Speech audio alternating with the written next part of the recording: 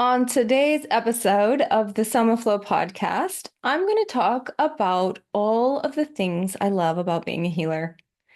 Sometimes we're always talking about things that are educating or inspiring people to live their lives in more congruent ways.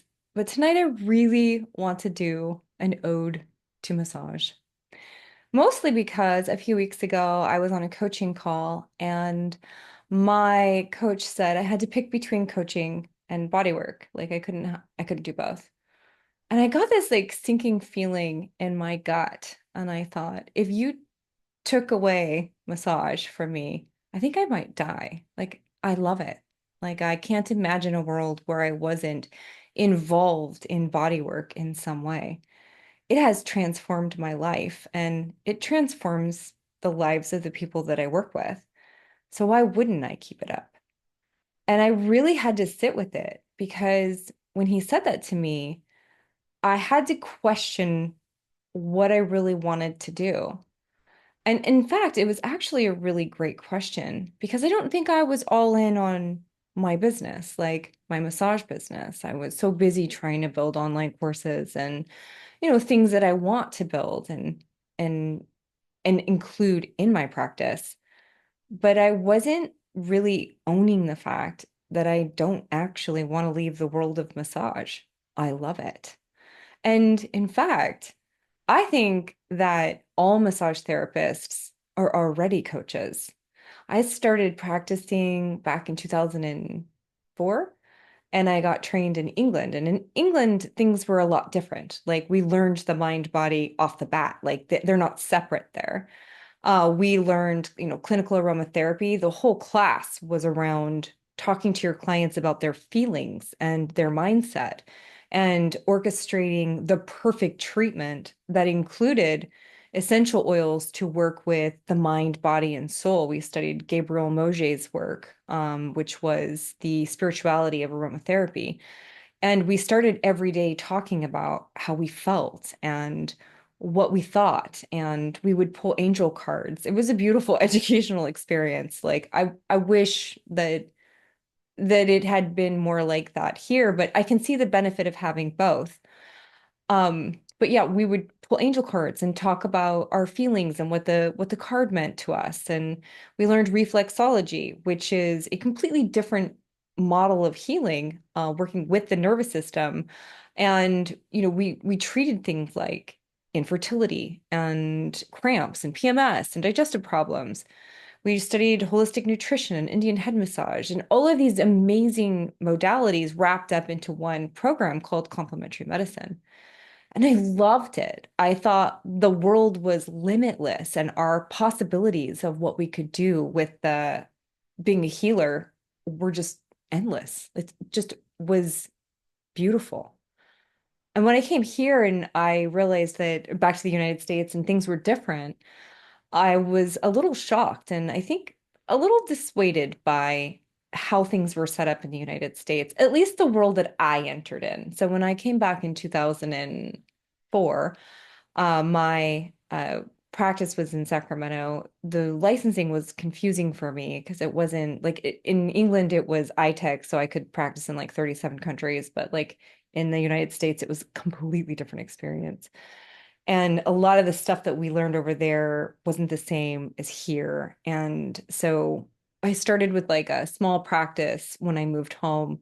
And it was also back in 2004, before really we had access to social media marketing and, things that the individual business owner could really compete with in marketing. So we were like handwriting newsletters and postcards, and it was tougher back then.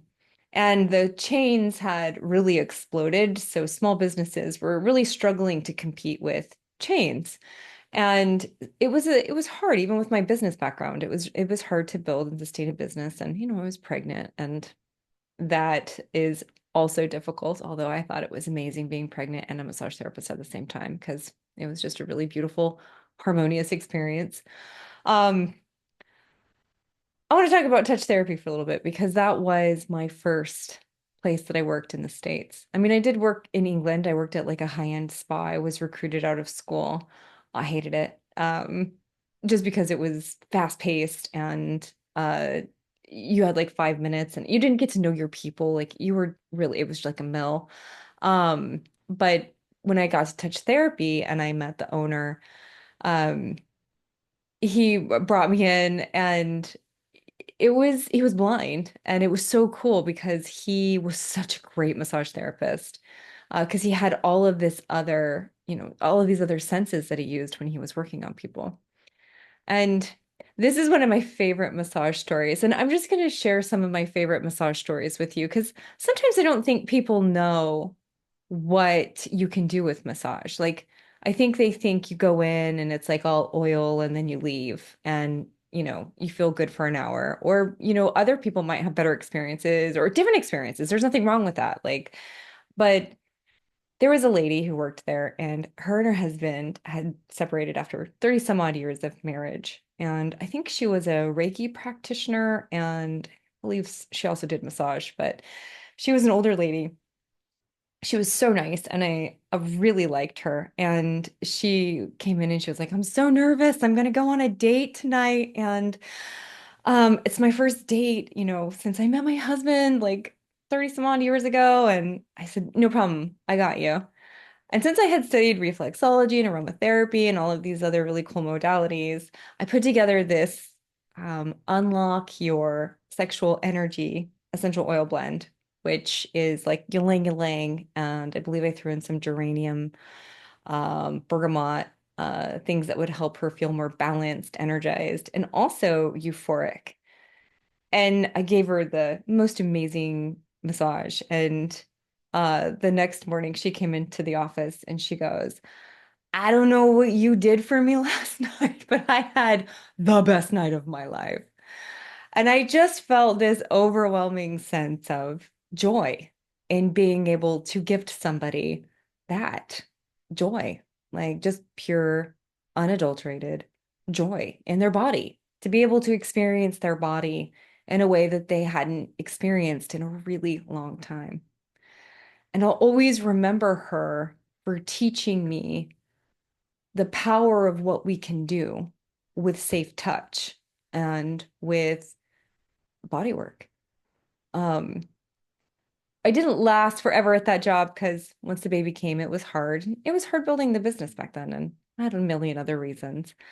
And years went by, and I was still always really drawn to healing. But I kept going back to like nonprofits or corporate America because I thought it was safer. I thought the income would be more stable, but it never felt satisfying. And no matter where I worked, I was always rubbing someone's feet or throwing some essential oils on them, telling them to like, I could help them with their headache. And they would always say things like, why don't you do this? Like, why aren't you doing this? And I say, oh, I don't have time to go back to school. I have to get relicensed. I don't have, that you can't make money doing it. You can't do what you love, basically. And I remember finally taking a job at a trade school, and they had a massage program there. And I took a job in the career services department. I am really good with resumes and interviewing skills and teaching people how to find a job and all of those things. Like that is one of my wheelhouses of genius, is really teaching people how to communicate confidently in an interview and nail it. And so I loved it. I got to teach, I taught students, I helped them find jobs. It was a horrible economy. And to me, that was just more fun because I was like, let's just get creative. And I used all of my skills from corporate America to help them find their dream jobs. And it was fun. It was super fun. And I kept watching the massage students go through the program and graduate and get licensed. And I was jealous because I wanted to be doing it. And I wouldn't admit that I wanted to be doing it. And I kept getting in my way about doing it. But I would watch them go through the licensing process. And I was like, oh, it's too much kinesiology here. I can't do it. Like, I didn't learn that level of kinesiology. I don't have a science brain. I'll never be successful. And I just kept putting it off. And then one day the universe decided to give me a nudge. And I remember working in the career services department. I had a bully for a boss, and oh, she was a horrible manager. She would bring us in and just yell at us, and it was so abusive. And I would work harder and harder and harder. And I thought, oh, if I just work harder, there will be less stress. And mind you, I was making like $16 an hour, like not even that much because I was working at home. So probably making like $5 an hour, to be honest. And I wasn't getting anywhere. It just didn't feel good anymore. Have you ever had that experience where you were working with someone and they'd like sucked the joy out of your job? That was my boss. And because I didn't have a college degree, I couldn't move up in the company and I was kind of trapped in this space. And I remember like sitting there and I was watching all the massage therapists talking about their studios that they were opening and like what their plans were and their dreams, because that was part of our process was to ask them what their plans were. And I felt like jealous and not in a bad way, but like envious of them living their dreams. And one day, one of the teachers came in and she said to me, I need you to come and teach reflexology to my class. I heard you trained in England. And I was like, oh, no, I don't do that anymore. That's no longer me. I'm the corporate girl now. And she goes, oh, great. I'll see you on Tuesday at noon. And I felt angry because I was like, now I've got to go like pull up my book and figure out how to teach this. And I was mad, but also strangely excited. And when I showed up to her class to teach reflexology, I felt like I was home for the first time in a really long time. I remember I had gone through and like written up all of the instructions on the exact points and the sequence and what they all meant. And I felt so excited to share this knowledge with people and to be doing it again, to be touching people in a way that was safe and healing and beautiful. And I reconnected to the part of me that was a healer. And I remember thinking, like, I've got to figure out a way to get my license here. And then not that long after, a friend of mine, who I always say is my one of my guides to the universe, came to my office and he goes, you know, you don't need a massage license to practice reflexology in Oregon. I said, I did not know that. But then it got my wheels spinning and my soul started coming through. And she was like, you were meant to do that. And I couldn't quite figure out how I was going to make it work. And then one day I was driving home. Actually, I left work because it was so stressful.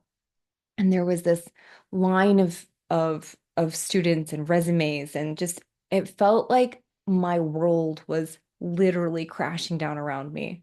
And I remember looking up and thinking, I can't do this anymore. And I had a panic attack and I texted my boss and I said, I'm going home. I'm sick. And I just ran. And I was driving home and it was on Highway 99 in 1210.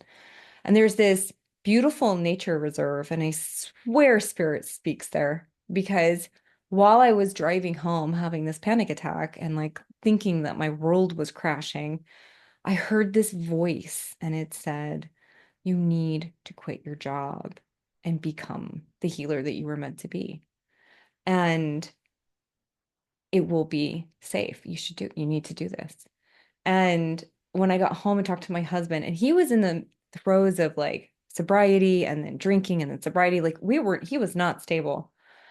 And I sat with him and I said, this is what I'm feeling and thinking, and I don't know what to do with it. And he said, quit your job. I need you to quit your job. You can stay home and take care of the kids and go to massage school. I need you to believe in me again. And if you believe in me and you let me take care of you, then I'll be able to like have purpose again. And I know that's what's going to help me get sober. Well, I agreed. And I went back and I quit my job.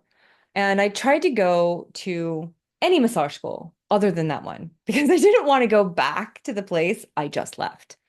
And turns out I had to go back to the place I just left because it had the right tuition, it had the right schedule that I needed, and it was super close to home. And I remember the first night I walked in as a massage student, we had to wear these like really ugly scrubs, and I was so embarrassed because I used to work there, and I'm like, oh great, now they're gonna make us do all of this stupid stuff that I used to like watch students do. Now I have to do it, and um, I remember like getting into class, and I sat down, and there was this what was his name? Dario. Yeah, he was like this really handsome guy from Europe. And I sat down next to him and I thought, "Well, maybe this isn't so bad." Like, I'm a middle-aged housewife, like with, anyways, I was like, maybe this isn't going to be such a bad experience. And it wasn't. It was beautiful. And we all became so close. Like that year of massage school was the worst year of my life. My husband did not stay sober. He did not maintain it all. In fact, within a couple of months of me starting school, his drinking got so bad that I really didn't know how we were going to get out of it. He became very violent, but this isn't about that. This is about massage. Massage school changed my life. The people I met there were amazing and loving, and we were all working through our own garbage, but we had so much fun together. Like it was so much fun. I remember like the first night when we all had to get naked and run to the table, and it was like you were so awkward, and it's like, oh my God, I have to get naked and then run to a table like in a sheet with all these people I just met. And it was just the vulnerability of being bad at something with other people who were bad at it too. And then you're also naked at the same time. Like, I mean, I don't know how to say any other. It's just fun. It was fun. And I felt free. I felt so free there in school. And it was interesting because as I went through school and we hit kinesiology and science, they were the hardest classes for me. And I struggled and I struggled. And I was like, why does everybody else seem to get this so easily? And it's so hard for me. And I studied the way that I was told to study, not realizing that I learned a different way. And I just couldn't get it. I was like, I don't understand why we have to learn attachment points and all this stuff. Like, it doesn't make sense to me. I'm a big picture learner. So if you don't give me the big picture of why I need to understand something, it's very difficult for me to learn it. And we weren't really given the big picture about first, like why we need to understand all of these things in detail. And later, after I left that school and went to continuing education, I finally found a passion for kinesiology that still fuels my practice today. I love muscles. I love talking to them. I love their behavior patterns. I love studying how they operate and why they do what they do, and how, you can be told to stretch a muscle, but really you shouldn't be stretching it. It needs to be strengthened because it's just not even talking to the brain. And I love the different aspects of muscle and its effect on the human body. I am a total kinesiology nerd, like nerd. I don't know how to say it any other. I'm a nerd. Like, I mean, I could sit and read kinesiology books and be quite happy. So like, I'll just say that. So anyways, this year in massage school was magical and transformational. And we were so close, and I made great friends who are like sisters to me now. And we supported each other and we studied together and we all went through horrible things and we loved each other through school. And it was so fun watching each other like grow and become who we were meant to become.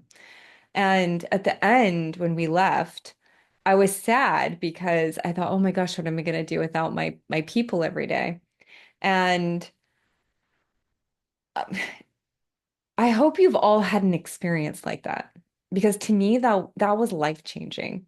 And the people that were in that school for me helped me with the like literally the worst year of my life. Like I didn't feel safe in the world. And to be able to experience safe touch when touch wasn't safe in my world was a blessing. Not only to be giving safe touch, but to also receive it in return in a place and in a space in my life when, like I said, it wasn't safe. Like my life, my environment, nothing was safe. And it was the safest place I felt. And it was a gift and a blessing. And I remember when we graduated and we all had our plans. And I wanted to just work at a chain so I could stay at home with my kids, but life had a different plan for me. I remember going up to my dad's and I had to leave my husband. I actually had to put my kids in the car and like leave in the middle of the night because he had a really bad episode and I wasn't safe. And I was at my dad's for a few days up in Washington and I was standing by a lake and I was very scared. I didn't know what to do. And here I am at another crossroad where I had a choice of, staying in massage or going back to corporate America so I could have a stable job with benefits and all of the things. And right before I had left, I had just signed up to be a massage therapist at the local YMCA. And the YMCA had this kind of like smelly little tiny massage room that this other acupuncturist and I were going to split. And I don't remember. They didn't really have an established massage program. I just knew when I walked in there, I loved it because it was like a place I could just build something that was mine. And so I'm standing on the side of this lake and I throw my hands up in the air and I like literally look up at the sky and I'm like, I need to know what to do. Should I go home? Should I stay here in Washington and go back to corporate America or the nonprofit sector and just live with my dad and take care of my kids? Or should I go home and start my massage business? And at that moment, my phone rang and it was my very first client. Her name was Julie. And she said, I'd like to book a massage. I was referred to you by Aram. And I couldn't get my voice to come back fast because I was like, that was the fastest response I've ever had from the universe. And I, well, yes, yes, I will be seeing you on Tuesday. So I booked her in. And then not long after that, I got a phone call from my friend Brandon.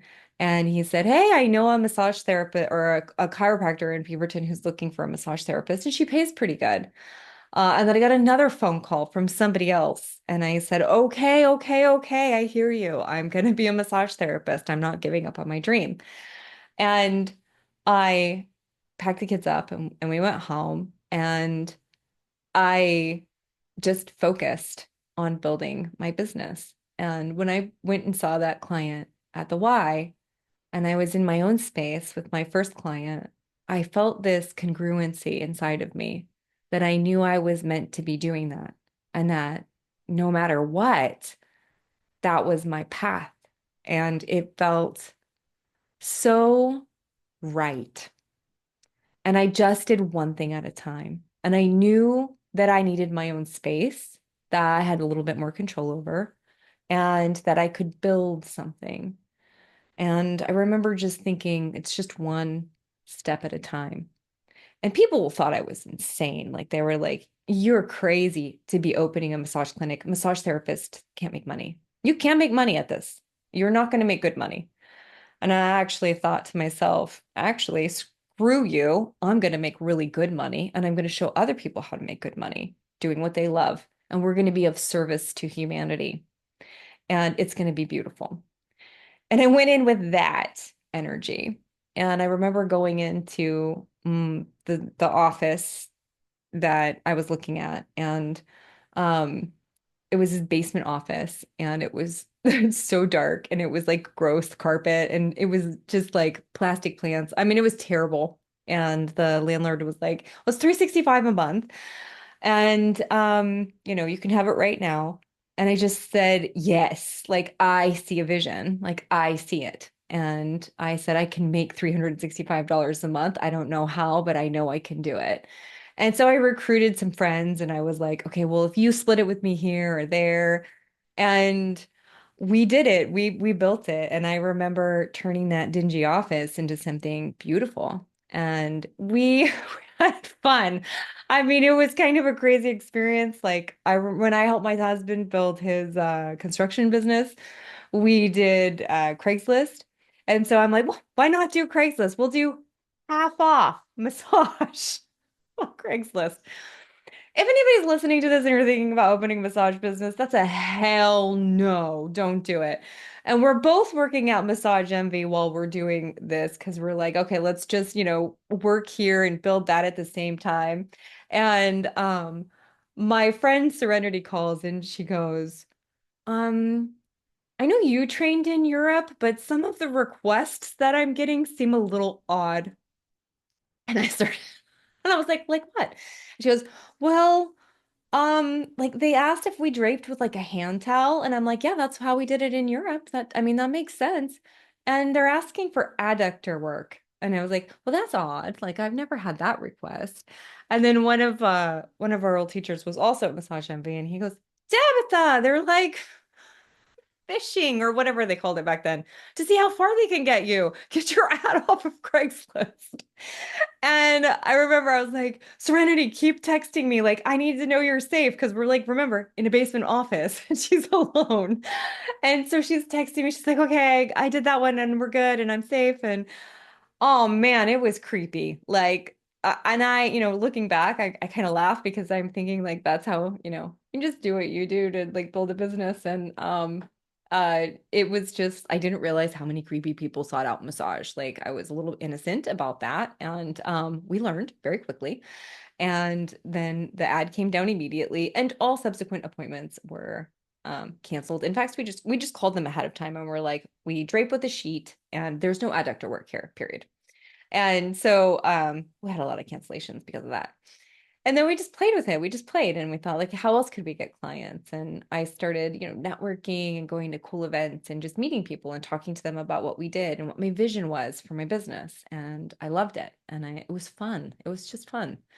And we did Groupon, and everyone said, "Oh, you can't retain clients from Groupon." And we retained a lot of them. And in fact, I still see Groupon clients today, and I saw them at like they started paying me what, $17 for their first massage, and now they pay me 140 an hour. So you can do things if you're good at what you do, and you treat people with respect and kindness.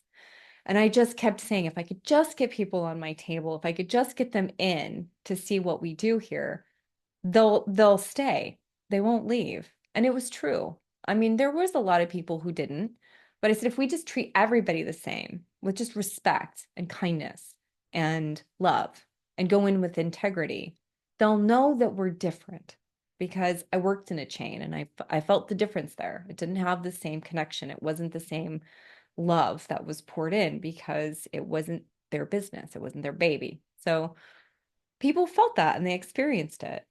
And then I started getting more steady and we grew and we added another suite and more massage therapists. My friends from Everest started coming in and working there and helping us build it. And it was like massage school, but better because now we were making money and we got to take care of each other, massaging each other and working on each other and learning together. I'm like an avid student, super nerdy. So as soon as I figured out we could do more with massage, I studied PNMT, which is called precision neuromuscular therapy, which is a way of like really restructuring the spine that's very gentle and pain-free, not pain-free, like, less pain than traditional massage and effective, incredibly precise and effective. And I loved it. And I followed Doug Nelson around and found him to be the mentor that was there to really help me become a very truly exceptional massage therapist. And I started teaching massage too on my at the same school that I had left from career services. And my boss, John Klim, when he hired me to teach kinesiology. And I laughed and I was like, John, I was the worst kinesiology student on the planet. Like I'm horrible. And he said, because it was such a struggle for you, you'll be the best teacher. And he was right. I loved it. I love teaching massage and I love teaching muscles and I love talking about the behavior of muscles and their personalities and why you should fall in love with them and how they're complaining and what they're complaining about and what they're talking about when they're complaining. And um, I talked about them like they were each individual people who had their own, perspective of the world. And I loved teaching massage that way. I still teach it that way to the people who work at my clinic. And it's just fun. I love having fun teaching massage because if you're not laughing while you're learning it, you're not going to learn it. You need to be laughing and joking and it has to do with the way that the brain registers information. And most massage therapists are very kinesthetic learners and, sitting and reading books doesn't work for them. So it's all hands-on, experiential learning. And so as we grew, we kept growing. And I thought, like, this is just beautiful because now we have a lot of single moms here and we have people who are actually, need to learn how to make money as a massage therapist. And we did such great work. And, COVID hit and I really took a hit, like emotionally, mentally, spiritually. When they closed our business, I took it really personally. And I didn't know how we were going to reopen, but we did. And it cost us a tremendous amount of money. And I lost a lot of the therapists that worked there. And it's been a struggle like ever since. And I think something came and took over my joy of it because of it. And I thought, well, the only way forward is to go into coaching and have an online business so that, they can never shut me down again. And I put all my focus there, but it wasn't the same joy when I built my first business because I'm not really sure why, but it's not that I don't love it. I love coaching. I've always been a coach though. Like if you're a massage therapist, you're automatically a coach. I'm just gonna say it. Like you don't have to like worry about going, am I a coach? Am I not a coach? You're a coach. You see people at their worst. You help them through the toughest times of their lives. And you are an ear to listen. You probably offer coaching every day about water, hydration, sleep, stretching, exercises. It's just part of our jobs. We've always been coaches. And I think once I got into the coaching world, it felt almost like that they couldn't be together. And it was so weird because to me, they were always together. They were never separate until I got into the coaching world. And then it was like, well, no, that's separate. You know, coaching is better, it's higher. And I didn't realize that that was kind of like seeping into my unconscious mind. I just knew I wasn't going to give up massage. Like I love it. And so, but I also didn't know how to rebuild my business after COVID. And I think there was just heartbreak that I hadn't really processed about losing something that I built and I loved. And I wasn't addressing the heartbreak of that. And the heartbreak was really what was holding me back from growing it. Because right after, we reopened, I think it was back in 2020, I was doing a yoga class, a Kundalini, like awaken your potential and purpose. And I had a vision of like a wellness center that was well beyond the one I had built. And it was a mind body energy medicine center. And there were multiple practitioners caring for the patients, but there wasn't the hierarchy that there is in our current medical system. Massage therapists and acupuncturists and naturopaths were sitting at a table, like an equal table, um, working for the betterment of that patient and client together as a team, not thinking one was better than the other, but working as a cohesive team. And I saw this vision of something where science and intuition were blended. They weren't separate. They were brought together in one space where energy was used and, scientific techniques and were just one.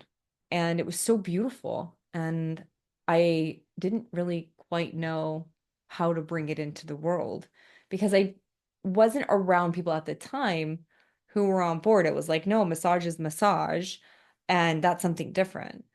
And so I just really focused on coaching and building an online business. And I think a couple of weeks ago, when my coach said that to me, it brought that memory up that I had during that meditation. And it was that energy center, that new model for wellness, where people are treated with the modality that works for them, whether it's science or energy or all of it. But the outcome is what's best for the client and what they need in one space. And when I thought I had to choose, I said, well, I'll choose massage then. Because not because I'm afraid of being a coach. I am a coach. I've always been a coach, but because it's what I love and I'm not gonna leave it.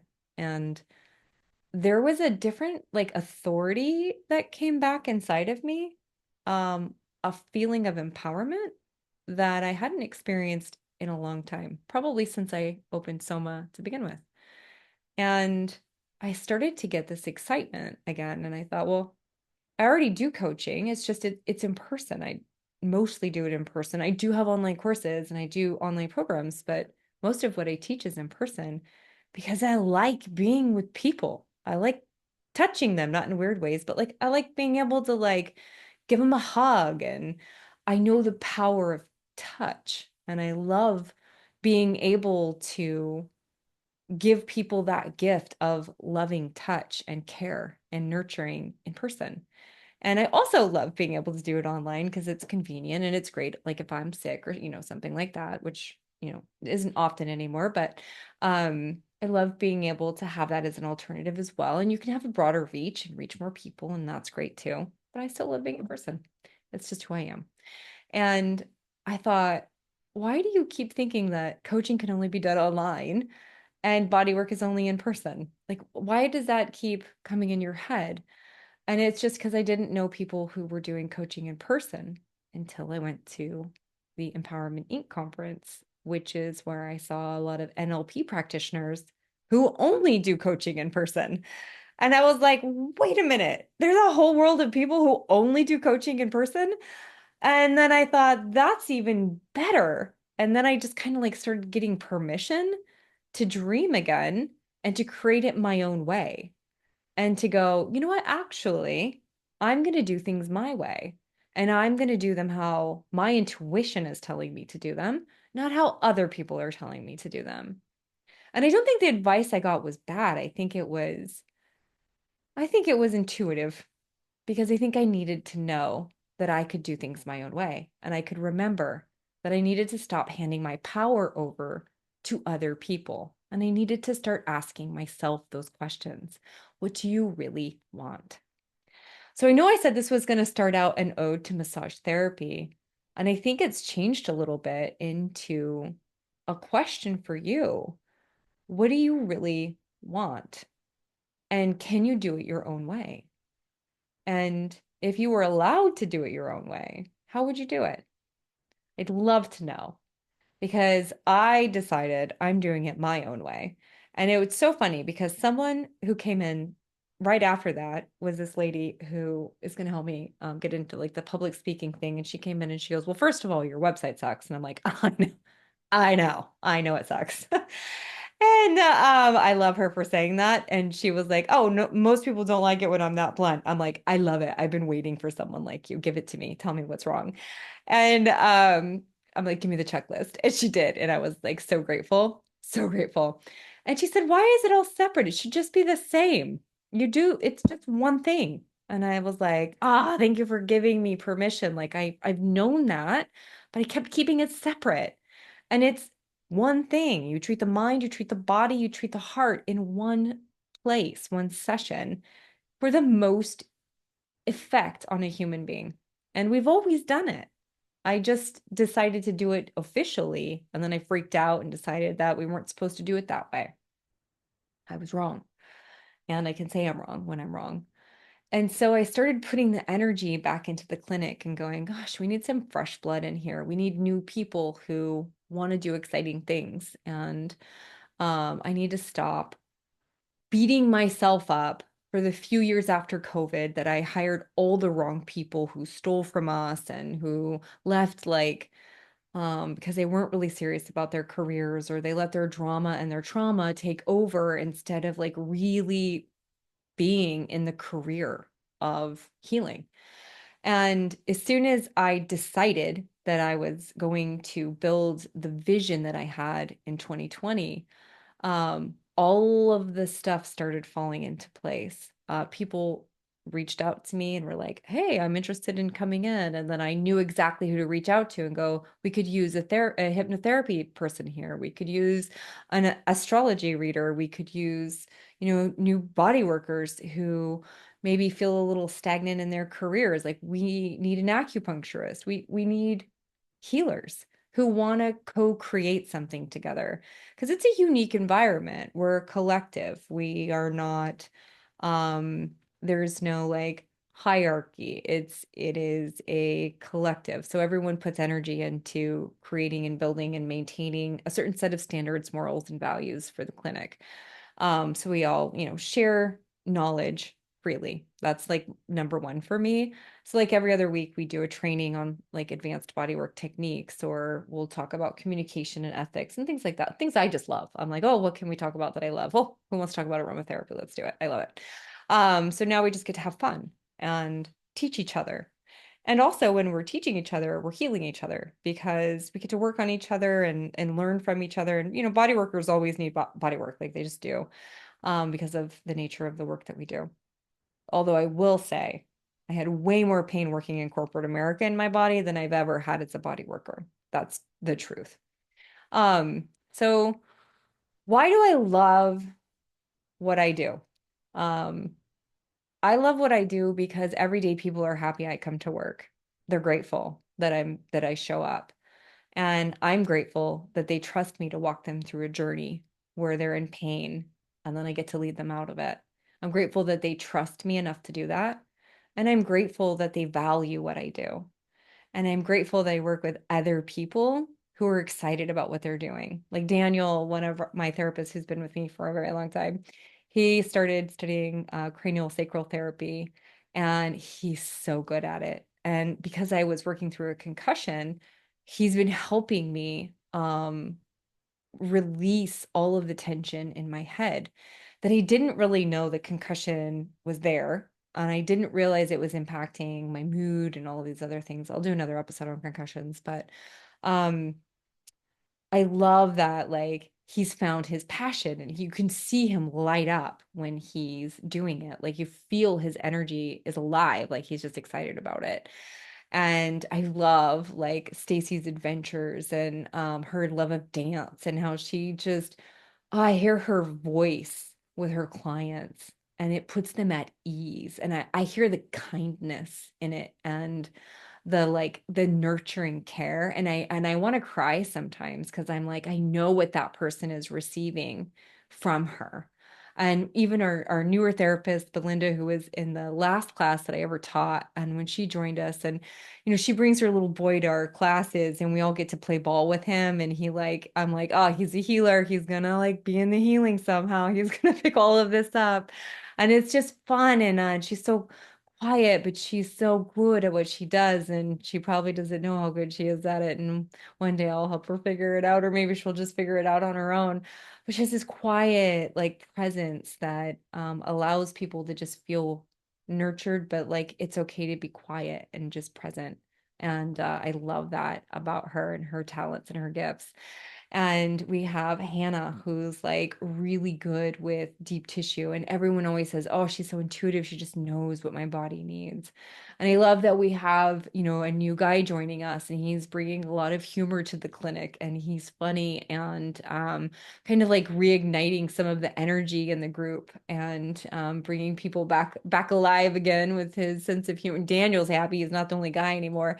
And it just feels like a family, when you go to work and you're excited to see everybody because you realize that they're all your friends and like they're your family. And I think that's probably another thing I just absolutely love about our clinic is that it's a family. And on Sunday night, I had some friends in and we were talking about, building up this conscious communication courses and like how we're going to do it we're going to run them at the clinic and how we can integrate like play and music and art into these classes and really teach people how to have fun in communicating and how to play. And when we were all sitting there and we were doing breath work in the light and it's fun. Like my clinic's fun. It's a fun place to be. And I just brought one of the girls in as a QHHT hypnotherapist, which if you haven't tried it, it's amazing. I'll do another episode on that therapy alone. And I just saw the evolution because these were more energy workers that were coming in and they're not from the world of like body work and science. They are intuitives who work with intuition and astrology and the other piece, the other stuff that I've been wanting to bring in. And I saw the two worlds that were separate coming together. And I got really excited because I thought, oh, this is my vision unfolding now. I just had to allow it and I just had to connect with the energy of the business that I wanted to really bring in and own that, even though it sounded kind of like a strange business model, it wasn't. It's just that I didn't know anyone else who was doing it. And that it was now that I was actually listening to the energy of the business again, that it feels like I'm in flow again. Like it's just exciting. Like I've been to work like every day and I'm like, oh, okay, how can we like, bring life to the meditation room and bring people in to experience the Roxiva light so that they can, they don't have to do drugs to have like a really cool trip. They can just lay in the light and do breath work. And it's like going on a mushroom trip without mushrooms, and it's safe and cool. And just all of these other things that I've been building and working on. Um, so that's my ode to healers and to massage. And I'm gonna do more episodes about why I love it so much because I want other people to love it too. No, and I'm not saying like I want you to love what I love. I want you to know that the benefit of touch and healing and the gift of it.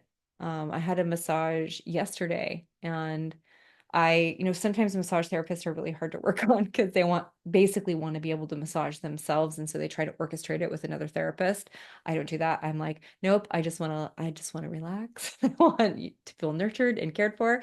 And whatever you do is perfect. That is exactly what I want. And I love having that experience. And I love also working on massage therapists and giving them that experience. So I got to have that experience and I felt like this like just sense of relaxation that I don't often allow myself to do. Most of the time I'm like, oh, I just do treatment or, we'll like run down the hall and be like, hurry up, my multifidus is out. Can you just activate it? So it was nice to just lay down for like 90 minutes and go, okay, this is what our clients experience and it feels amazing. So I felt so good. And then today, like going in and having cranial sacral with Daniel and just seeing his evolution and being like, wow, this is amazing what he does for people. Um, there are so many benefits to massage. Like, uh, I mean, God, let me see. Some days I'll just work with like head injuries and concussions. And Daniel and I are partnering with concussions right now, and he's doing the cranial sacral, and I'm working with the structural alignment, trigger points in the jaw, and also the mind body component because there's a lot of emotional dysregulation and loss of set a self with concussions. So I really focus on helping people get back to themselves and knowing when they get there because sometimes when you have a concussion you don't know that you're not yourself anymore.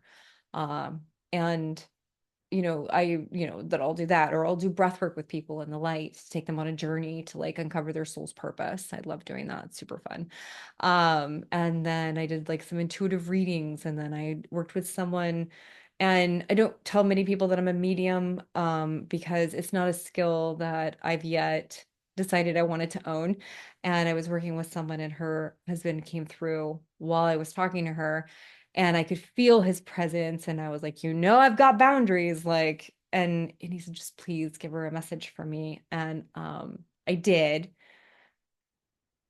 And what happened for her in that moment was this sense of freedom from some pain she'd been having for a very long time. And I thought, wow, who am I to deny this woman the gifts that I've been given to bring her that much joy? And maybe I should just embrace them all instead of like deciding which ones, I want to work with and what I don't. Why don't I just learn how to work with them?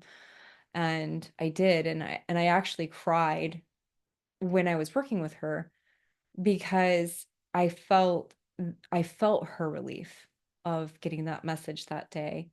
And then I felt the nurture that I was able to transfer to her through body work and recode and, being a medium at the same time. And what a unique experience that is to gift people. And for me too, to see all of the things that I can do come together in one session and the power of being able to transfer that kind of healing to someone. And I don't mean like my power, the power that comes through me. It's not from me. It just comes through me. And that's why it doesn't drain me because I don't use my own power center for it. I just allow energy to flow through me. Um, There are so many beautiful things that massage can do. I've worked on children from 5 years old all the way up to people at the last stages of their life. I've sat with people on their deathbed and made them feel comfortable while they were passing. And that was probably one of the most beautiful experiences of my life, watching Ellen go and loving her through the last part of her life and helping her feel more comfortable. And she taught me how to communicate with the other side. It was her, she was the first one that came through. And I was like, oh, I didn't know I could do that. Um, she taught me that. And just loving people and loving them through safe touch and um, seeing them at their worst, but also holding them at their best at the same time.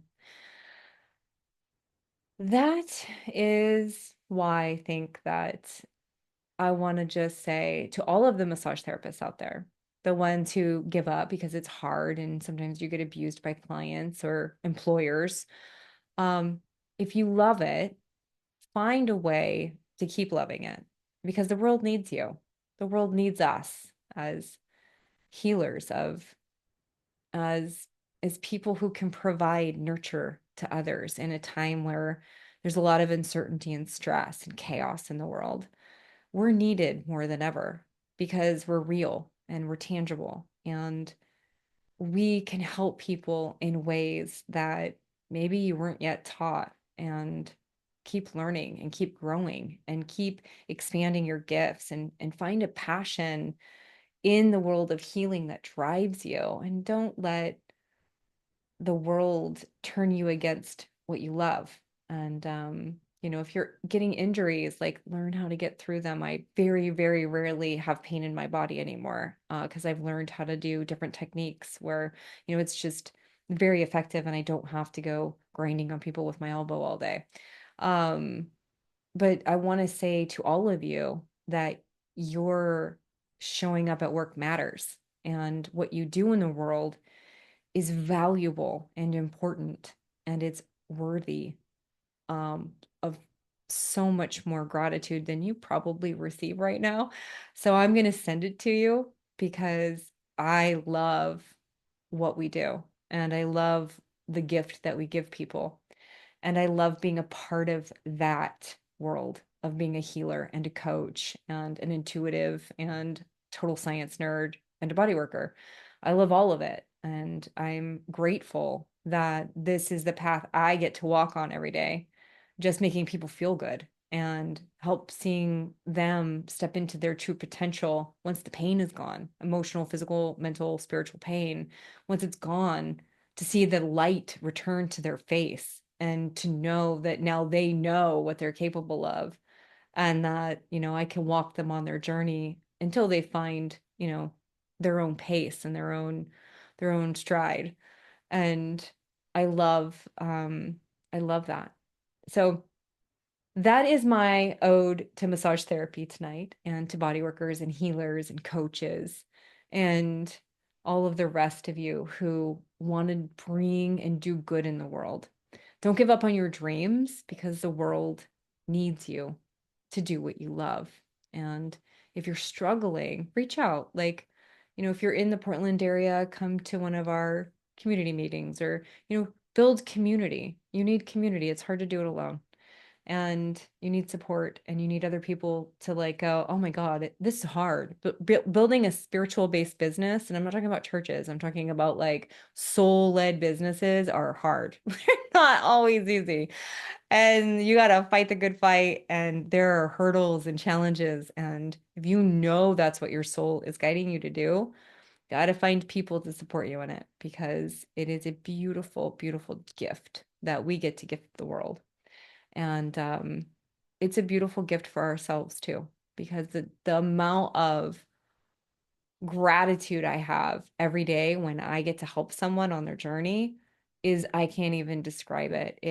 It's unlike anything else. So this is my love note to all of you healers out there. And I hope those of you who aren't healers and are in need of healers that you actually go to see healers and, support their small businesses and their dreams and write them reviews. They need it on Google to like compete with the other guys and send them gratitude for showing up because sometimes we have to deal with some funky stuff and some not healthy people. And, for those of us who stay in the business and who stay in the profession, it's a lot. And it takes a lot of courage and it takes a lot of passion and it takes a lot of commitment. And most of all, it takes a whole heck of a lot of love for people and humans, just being human. So, thank you for listening. I appreciate you all. And I'm really excited about the evolution of my wellness center and my online business that's an adjunct to it. And also to the new seminars that we're going to be launching and courses. And I'm just excited about 2025. And in a way, I haven't been excited in a long time. It feels like when I met Soma for the first time and we started dating and we grew together. And I feel like we're doing that again. Like we're having our second, fourth, fifth wind and we're getting to know each other again in a whole new way. So, thank you, everyone, and go hug a massage therapist because they need it. Okay. Love you all. Bye.